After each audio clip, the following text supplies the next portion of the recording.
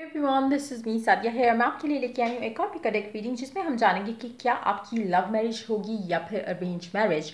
इसमें हम ज़्यादा डिटेल्स में नहीं जाएंगे। ज़्यादा डिटेल्स में जाने वाली रीडिंग मैं लेटर ऑन दोबारा करूँगी आफ्टर सम टाइम। अभी मुझे काफ़ी प्रेशर है, काफ़ी सारी रीडिंग्स करनी है मुझे। वीकलीज भी आ रही हैं, मिड वीकलीज भी आ रही हैं, so it's like I have a lot of pressure right now. तो अभी ये रीडिंग होगी, सिर्फ हम इसमें आंसर जानेंगे कि क्या आपकी लव मैरिज होगी या अरेंज मैरिज होगी। और थोड़ा अगर डेप्थ में जाना चाहें तो मे बी हम जा सकते हैं, बट इसमें चार्म्स और इस तरह की चीज़ें ऐड नहीं करेंगे। नेक्स्ट जो मैं रीडिंग करूँगी उसमें हम चार्म्स भी ऐड करेंगे, उसमें हम अल्फ़ाबेट्स भी देख सकेंगे कि क्या अल्फ़ाबेट हो सकता है उस इंसान का। उसके फिजिकल फीचर्स में भी हम थोड़ा डिटेल में जाएंगे। बट अभी के लिए we are just going to tap into the energy कि आपकी लव मैरिज होगी या फिर अरेंज मैरिज होगी। सो मेरे पास दो डेक हैं यहाँ पे, डेक 1 डेक 2। आपको जो डेक चूज़ करना है आप चूज़ कर सकते हो।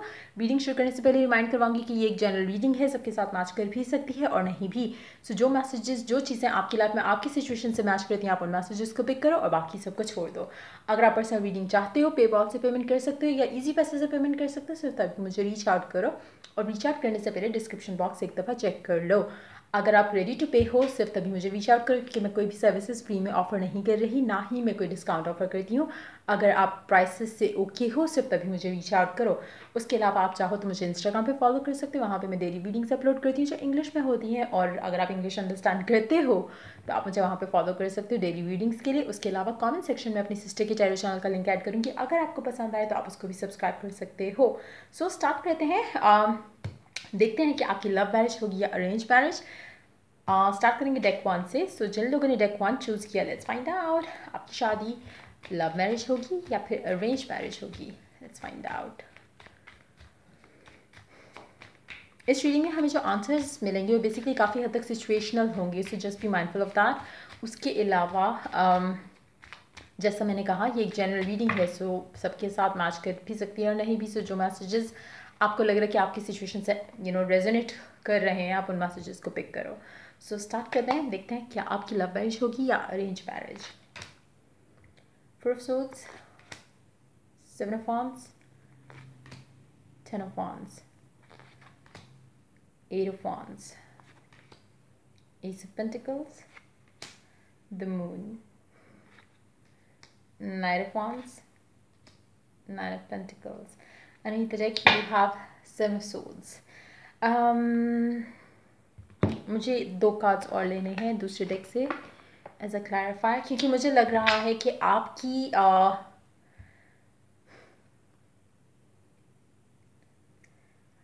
आपका कोई प्रपोजल आएगा, ठीक है। आपका जब प्रपोजल के बारे में बातचीत हो रही होगी तो आप किसी एक्स के बारे में सोच रहे होगे उस टाइम पे, और आप चाह रहे होगे कि काश चीज़ें उसके साथ वर्कआउट हो जाती, काश ये हो जाता, काश वो हो जाता। एंड आपका वो काश काश जो है वो आपको उस इंसान को अट्रैक्ट कर लेगा आपकी लाइफ में वापस, और आपकी शादी की बातचीत चल रही होगी जब वो आपको कम्युनिकेट करेगा दोबारा से। और उसके बाद क्या होगा, आप कंफ्यूज हो जाओगे कि आपको जो प्रपोजल है उसको एक्सेप्ट करना है या फिर उस इंसान को रिप्लाई करना है, उससे बात करनी है। और क्या क्या पॉसिबिलिटीज़ आप देख सकते हो कि क्या वो जो आपका एक्स वापस आ रहा है या जो इंसान आपको रीच आउट कर रहा है, हो सकता है कि करंट पर्सन भी हो सकता है कि फैमिली प्रेशर इतना ज़्यादा हो कि वो अभी रेडी ना हो शादी के लिए और आपकी फैमिली कह रही है कि शादी कर लो। तो कहीं ना कहीं फैमिली जो है, फैमिली की बातें आप सुन रहे हो और सोच रहे हो कि मुझे नहीं समझ आ रहा मैं क्या करूं, और इस सिचुएशन में आपको डिसीजन लेना मस्ट है। लेकिन आपके माइंड में एक और इंसान है और यहाँ पे शादी आपकी किसी और से होने वाली है, या बातचीत चल रही है, चाहे वो घर की लिमिट तक है, चाहे वो एक्सटेंडेड उसमें भी चली गई है आपकी जो आपके पेरेंट्स आपके लिए देख रहे हैं रिश्ता या ऐसे करके कुछ। सो कहीं ना कहीं आपकी शादी के बारे में बातचीत हो रही होगी जब आपको कोई पास्ट का इंसान या करंट पर्सन ही, अगर सपोज आपने डिटैचमेंट कर ली है जस्ट बिकॉज क्योंकि वो आपको प्रपोज नहीं कर रहे, तो तब जब आप एक बहुत मेजर डिसीजन लेने वाले होगे अपनी लाइफ में, तब ये इंसान आपको रीच आउट करेगा। और लेकिन क्वेश्चन ये रहेगा कि क्या वो आपको सिर्फ कंफ्यूज कर रहा है या कर रही है, या फिर उसको कुछ स्टेबल चाहिए। अगर तो उसको कुछ स्टेबल चाहिए तो आप उसको टाइम दो, वरना जो आपके पास जो जिसके बारे में आपके पेरेंट्स बातचीत कर रहे हैं, आप उस चीज़ को एक्सेप्ट करो। क्योंकि अगर तो ये इंसान एक अच्छी नीयत से वापस आएगा लाइफ में, जहाँ पे ये आपको प्रपोज करना चाह रहा है, सिर्फ तभी इस रिलेशनशिप को एक्सेप्ट करो। इसकी बातों में आपने नहीं आना कि हाँ हम एक दिन शादी कर लेंगे, हम अभी देखते हैं, मैं अपने पेरेंट्स को मना लूँगा, ये हो जाएगा वो हो जाएगा। ऐसी अगर सिचुएशन क्रिएट होती है, आपने उस इंसान को प्रायोरिटी नहीं देनी, आपने उस प्रपोजल को प्रायोरिटी देनी है जो कि आपके पेरेंट्स जिसके बारे में बात कर रहे हैं। अगर आप सेटल एंड फॉर लेस करोगी इस कनेक्शन में, आप सिंगल रह जाओगी इस दफ़ा भी, because of the same person. So अगर ऐसी सिचुएशन से आप मैच कर रहे हो अपनी एनर्जीज, या अगर आप रिलेट कर पा रहे हो, तो आपने इस तरह की सिचुएशन में आपने लव लाइफ वाली सिचुएशन को प्रायोरिटी नहीं देनी। अरेंज वाली जो प्रपोजल है उसको आपने प्रायोरिटी देनी है, और उसके बाद बहुत ज़्यादा स्ट्रॉन्ग चांसेस है कि आप ट्रैवल कर जाओ कहीं और। लेकिन मुझे बहुत क्लियर एनर्जीज हैं आपकी कि आप बहुत ज़्यादा सोच रहे होगे कि काश वो जो भी आपके माइंड में एक इंसान है, काश कि वो एक स्टेप फॉरवर्ड ले लें इस कनेक्शन को लेकर। लेकिन और वो लेंगे भी, वो रीच आउट कर रहे हैं आपको, लेकिन क्या है उनकी ऑफ़र। सपोज देखो, मैं आपको एक एज अ गाइड मैं आपको एक चीज़ गाइड करना चाहूँगी यहाँ पे। अगर तो ये सपोज अगर इस कंडीशन में नहीं है कि शादी कर सकते हैं right now, for what ever reason हो सकता है, जैसे हमारे कल्चर्स में इस तरह की बातें होती हैं कि पहले बहन की शादी हो जाए तब भाई की होगी, या इस तरह की बातें अगर कुछ हैं, या बड़ी बहन की हो जाए फिर छोटी बहन की होगी। अगर इस तरह की कोई सिचुएशन है, even then too engagement is a must. अगर आप ऐसी किसी भी सॉलिड कमिटमेंट के बगैर इस इंसान को चांस देते हो, you are losing on to this beautiful opportunity. वो आपने नहीं करना। ये मेरी तरफ से आपको गाइडेंस है, आपकी अपनी चॉइस है, आप क्या चूज़ करते हो, वो आपकी लाइफ है, आपका डिसीजन। लेकिन मैं रिकमेंड नहीं करूँगी इस इंसान की बातों में आना। अगर कोई एक्शन से आपको कुछ शो करते हैं देन गो फॉर इट। अगर एक्शन नहीं है और सिर्फ बातें बातें बातें हैं, तो आपको नहीं सुननी वो बातें। आपने बहुत सुन के वेस्ट किए अपने लाइफ के ईयर्स, और नहीं सुनने।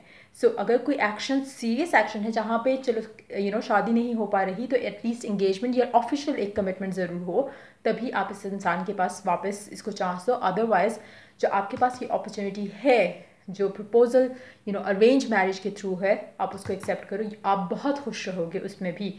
अगर तो ये इंसान सीरियस है तो उसमें भी खुश रहोगे, लेकिन चांसेस मुझे बहुत कम लग रहे हैं कि सीरियस हो, या ये उस सिचुएशन में हो जहाँ पे ये आपको कमिट कर सके। अगर ऐसा हो पाता है, अगर ये कमिट कर पाते हैं, सिर्फ तभी इनको चांस दो, वरना go for arrange marriage. And we the deck you to have four of swords. Four of swords से स्टार्ट कर रहे हो। फोर ऑफ सोर्ड्स एनर्जी है underneath the deck. Son of wands,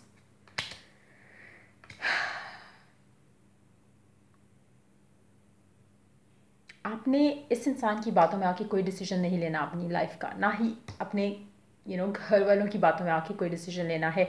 अगर आपको लगता है कि ये इंसान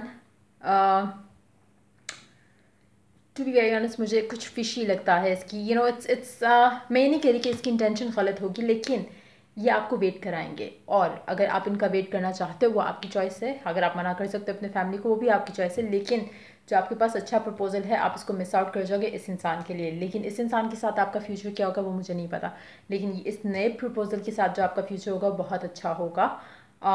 सो आपकी चॉइस है कि आप इस इंसान का वेट करने में आप सिंगल रहना चाह रहे हो या आप मूव ऑन करना चाह रहे हो अपनी लाइफ में। सो चॉइस विल बी योर्स, पर hold on.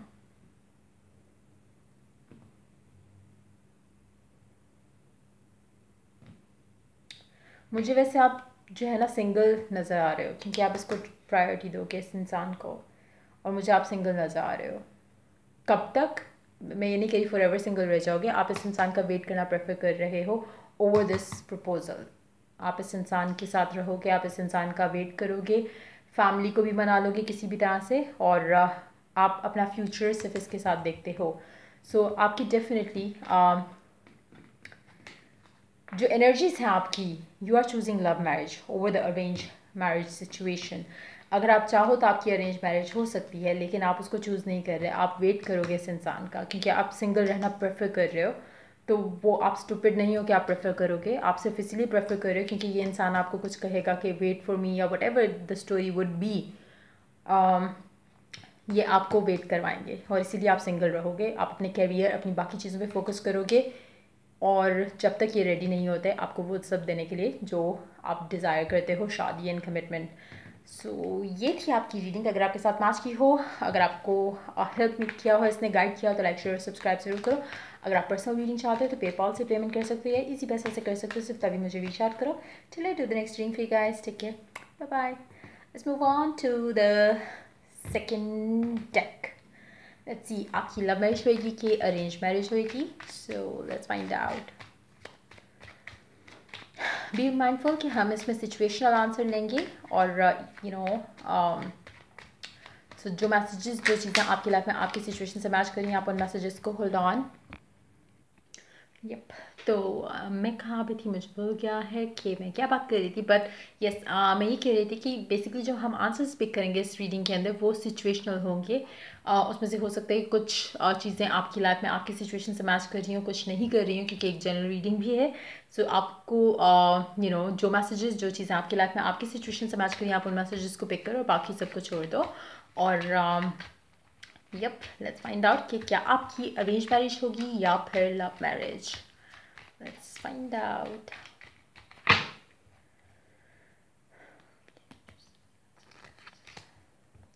Seven of Cups, Six of Wands, the Emperor,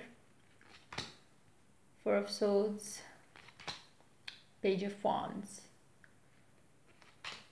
Nine of Swords, Five of Swords, King of Swords, Justice, the Magician. अगर तो आप ये कनेक्शन मैनिफेस्ट कर रहे हो तो ये डेफिनेटली आपकी डेफिनेटली लव मैरिज होगी। अगर आप मैनिफेस्ट नहीं कर रहे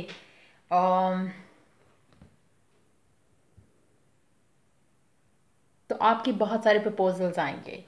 अगर तो आप मैनिफेस्ट कर रहे हो तो यस लव मैरिज है, लेकिन अगर आप मैनिफेस्ट नहीं कर रहे हो तो आपके बहुत सारे प्रपोजल्स होंगे जिसमें से आपको चूज़ करना पड़ेगा। डिफरेंट प्रोफेशन से रिलेटेड होंगे सारे प्रपोजल्स।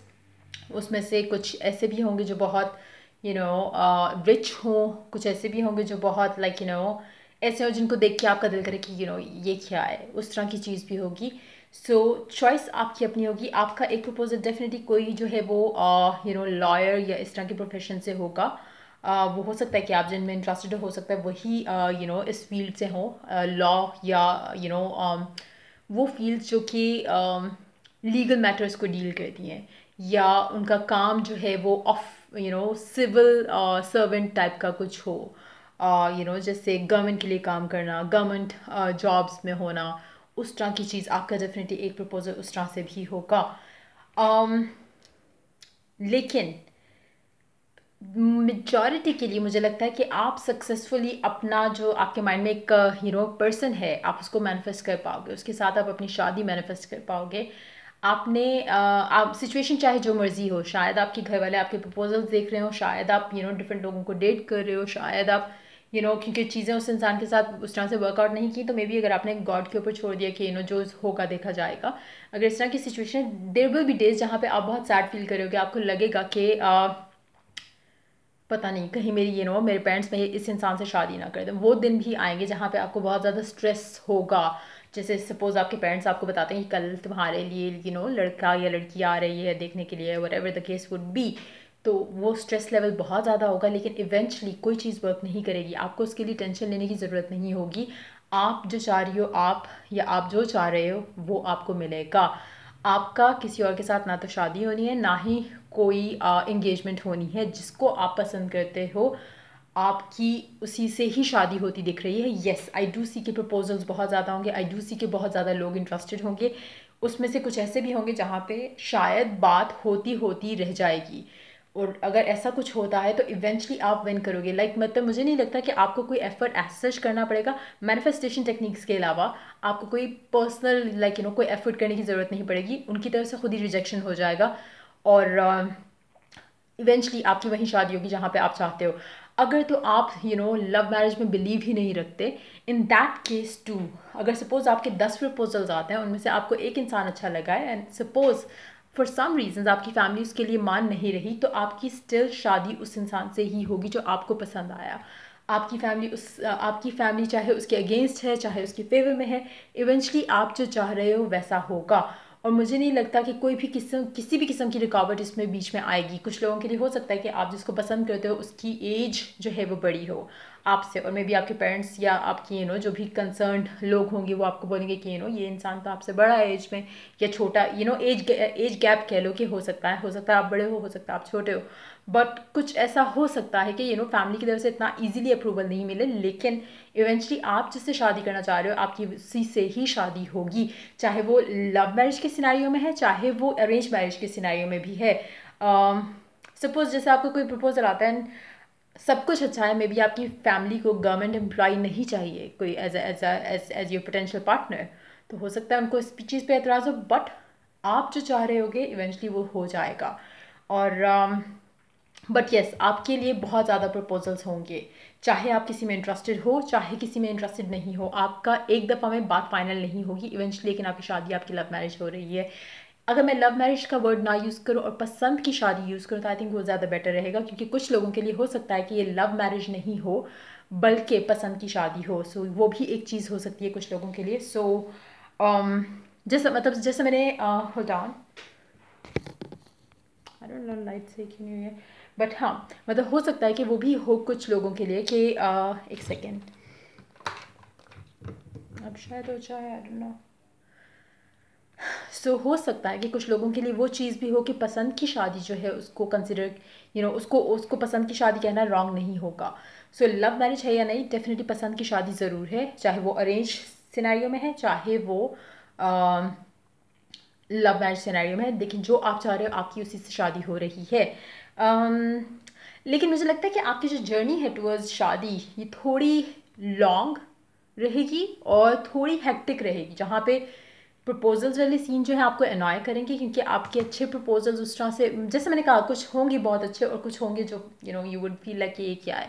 सो उस तरह की सिचुएशन भी रहेगी, बट इवेंचुअली आपकी पसंद की शादी फॉर श्योर है। सो ये थी आपकी रीडिंग। अगर आपको आपको गाइड किया और हेल्प किया और अगर आपकी सिचुएशन से मैच किया हो तो लाइक शेयर सब्सक्राइब जरूर करो। अगर आप पर्सनल रीडिंग चाहते हो और पेपॉल से या इजी पैसे से पेमेंट कर सकते हो तो तभी मुझे रीच आउट करो। Till I do the next video guys, take care, bye bye.